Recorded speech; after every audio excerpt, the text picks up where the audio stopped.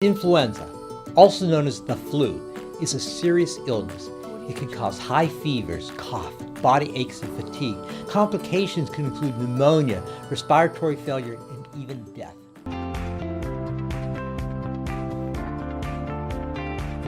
The symptoms of the flu are a sudden onset, fever, chills, sore throat, cough, body aches that are typically severe, fatigue, stuffy nose.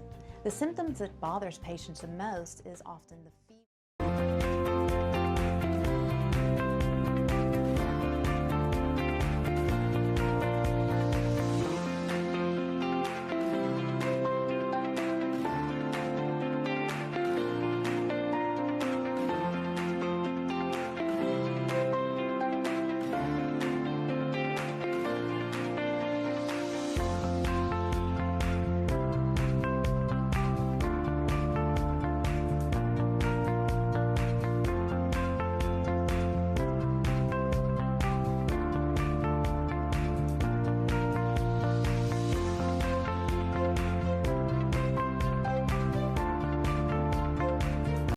Signs and symptoms.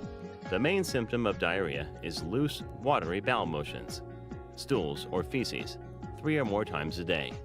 Accompanying signs and symptoms may include urgent need to go to the toilet, abdominal pain and cramping, change in color of your stools, mucus, pus, blood, or fat in your stools, vomiting, general body weakness and tiredness. The excessive loss of water in your stool can also sometimes lead to dehydration, which can be serious if it's not recognized and treated quickly. Signs of dehydration in adults can include tiredness and lack of energy, loss of appetite, nausea, feeling lightheaded, dizziness, dry tongue, sunken eyes, muscle cramps, rapid heartbeat.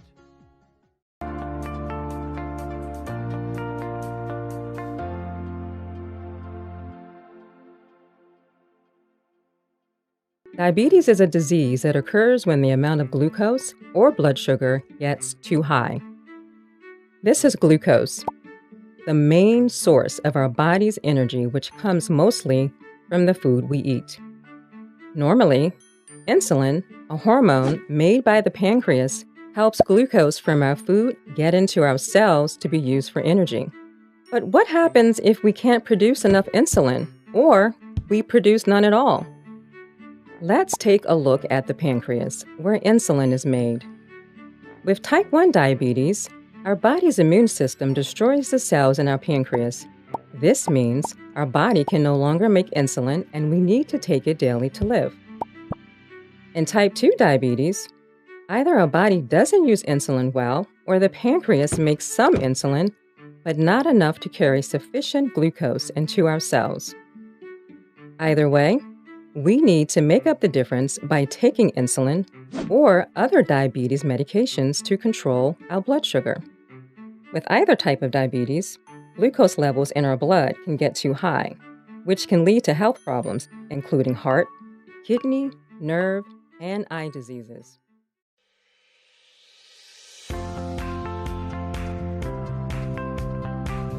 Let's look at the signs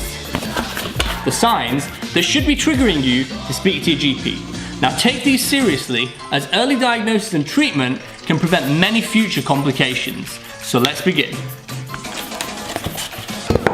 The first sign is increased urination, much more so than normal.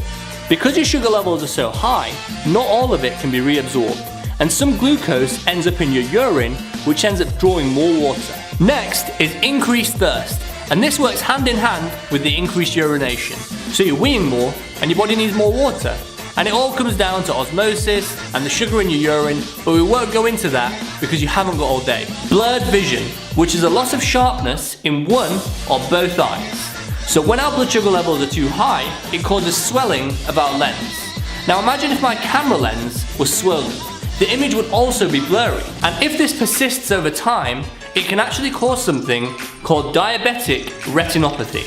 And it's actually very problematic, and if it's undiagnosed and untreated, it can cause blindness. The next sign is something called diabetic neuropathy, which is nerve related, and it happens most commonly in the hands, feet, arms, or legs. And the symptoms that you get are tingling, a numbness feeling, and sometimes even pain, a reduced ability to heal wounds quickly.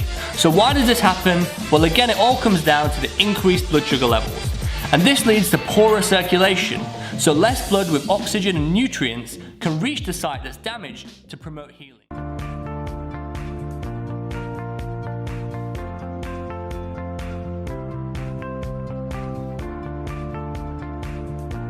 Coronaviruses are a family of viruses that range from the common cold to MERS coronavirus, which is Middle East Respiratory Syndrome coronavirus, and SARS, Severe Acute Respiratory Syndrome coronavirus. Viruses are circulating in animals, and some of these coronaviruses have the capability of transmitting between animals and humans. We call that a spillover.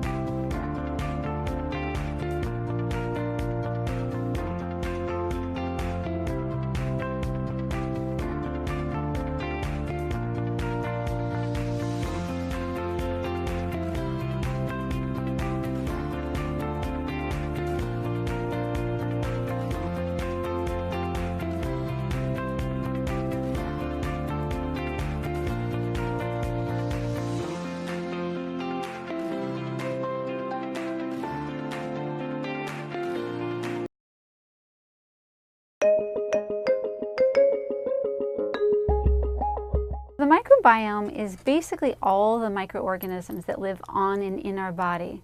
So fungus, bacteria, viruses, other organisms that live with us and go through life with us. And the microbiome recently has become really exciting because we've realized that it's not just that these organisms are passive passengers on our body, and they're not just things that cause disease. They're things that actually help us, interact with us, and may help us develop who we are and really how our health is overall.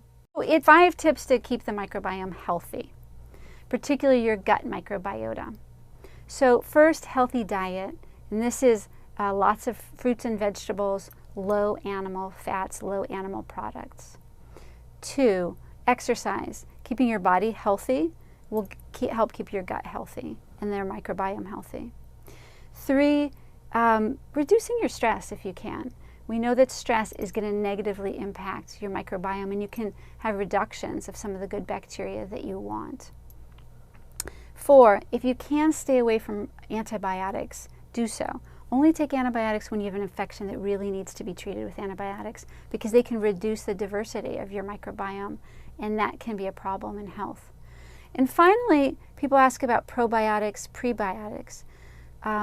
These are things that may be helpful in particular diseases or disorders, but if you're perfectly healthy and you're doing all those other 4 things, you probably don't need to add it on just because. Use them only if you need it.